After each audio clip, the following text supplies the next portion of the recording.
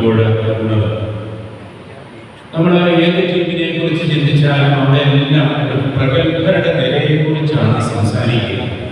അപ്പോൾ അർജന്റീനയെ കുറിച്ച് പറഞ്ഞാൽ എല്ലാവരും മെസ്സിയുടെ കാര്യമാണ് പറയുന്നത്.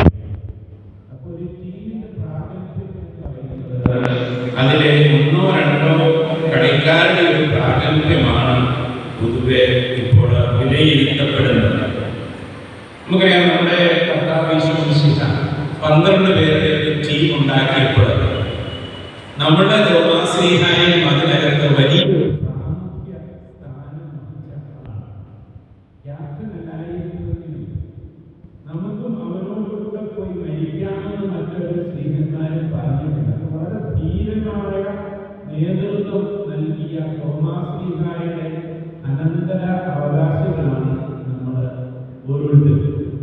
തോമാശ്ലീഹ വന്നില്ലായിരുന്നെങ്കിൽ നമ്മളൊക്കെ ക്രൈസ്തവരാകുന്നു എന്നുള്ളത് നമുക്ക് അറിഞ്ഞുപോകും. നമ്മുടെ തോമാ മാർഗം എന്ന് പറയുന്നത് ഇപ്പോൾ മാർപ്പാപ്പ പോലും നമ്മളെ കണ്ട് പഠിക്കണം എന്ന് പറയുന്ന ഒരവസ്ഥയിലേക്ക് അത്ര ശക്തമായ ഒരു പാരമ്പര്യം അവശേഷിപ്പിച്ചിട്ടാണ് തോമാശ്ലീഹ നമ്മളെ പോയത്. തോമാശ്ലീഹയുടെ ആ വീരരക്തസാക്ഷിത്വവും നേതൃത്വവും മാതൃകയുമെല്ലാം ഓർക്കുന്ന ഒരു ദിവസമാണല്ലോ ഇന്ന്.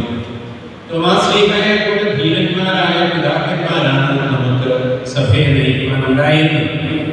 ഞാൻ ഓർക്കുകയാണ്, ഞങ്ങളുടെയൊക്കെ ചെറുപ്പത്തിൽ ഏറ്റവും കൂടുതൽ വായിച്ചിരുന്നത് പൗത്യ പിതാവിന്റെ ലേഖനങ്ങളാണ്.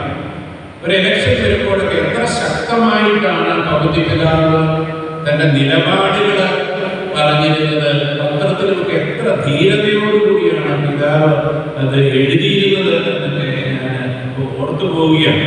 നമ്മുടെ പിതാക്കന്മാരെല്ലാവരും തന്നെ അങ്ങനെയാണ്.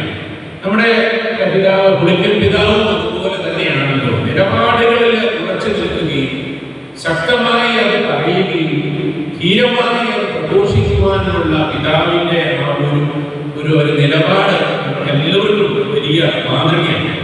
പിതാവിനെ ഇന്ന് നമുക്ക് തോമാശ്ലീഹായുടെ ഓർമ്മ ദിനത്തിൽ ഇവിടെ മുഖ്യ അതിഥിയായിട്ട് ഉദ്ഘാടകനായിട്ട് ഇത് വലിയ ഒരു അനുഗ്രഹമായിട്ട് കരുതുന്നു.